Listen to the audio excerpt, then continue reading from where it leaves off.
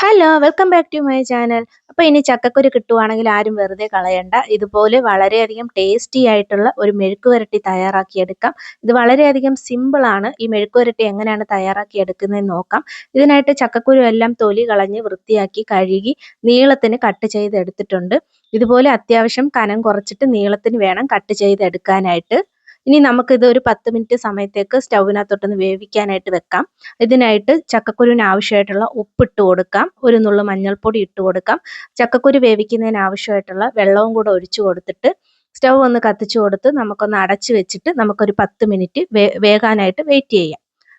ഇനി ഒരു ചീനച്ചട്ടി സ്റ്റൗവിനകത്തോട്ട് വെച്ച് കൊടുത്തിട്ടുണ്ട്. എണ്ണ ഒഴിച്ചു കൊടുക്കാം. എണ്ണയൊന്ന് ചൂടായി വരുന്ന സമയം കൊണ്ട് കടുക് പൊട്ടിക്കാം. ഇനി ചതച്ച് വെച്ചിരുന്ന കൊച്ചുള്ളി, വെളുത്തുള്ളി, പെരിഞ്ജീരകം എന്നിവ ചേർത്ത് കൊടുത്ത് അതിൻ്റെ പച്ചമണം മാറിക്കിട്ടുന്നതിനായിട്ട് നല്ലതുപോലെ എണ്ണയിലൊന്ന് മൂപ്പിച്ചെടുക്കാം. ഇതിനകത്തോട്ട് 2 വറ്റൽ മുളക് ജാറിനകത്തിട്ട് ചതച്ച് വെച്ചിരുന്നതും കൂടെ ഞാനിവിടെ ചേർത്ത് കൊടുക്കുന്നുണ്ട്. ഇനി ഇതും കൂടെ നന്നായിട്ടൊന്ന് മിക്സ് ചെയ്ത് അതിൻ്റെ പച്ചമണം മാറിക്കിട്ടുന്നതിനായിട്ട് നല്ലതുപോലെ ഒന്ന് മൂപ്പിച്ചെടുക്കാം. ഇനി ഇതിനകത്തോട്ട് 1/4 ടീസ്പൂൺ മുളക് പൊടി ഇട്ട് കൊടുക്കാം. 1/4 ടീസ്പൂൺ ഗരം മസാല പൊടി എന്നിവയാണ് ചേർത്ത് കൊടുക്കുന്നത്. ഇനി ഇതിൻ്റെ പച്ചമണം മാറിക്കിട്ടുന്നതിനായിട്ട് നല്ലതുപോലെ ഒന്ന് മൂപ്പിച്ചെടുക്കാം. ഇനി നേരത്തെ വേവിച്ച് വെച്ചിരുന്ന ചക്കക്കുരു ഇതിനകത്തോട്ട് ചേർത്ത് കൊടുത്തിട്ട് നല്ലതുപോലെ അരപ്പുമായിട്ടൊന്ന് മിക്സ് ചെയ്തെടുക്കാം.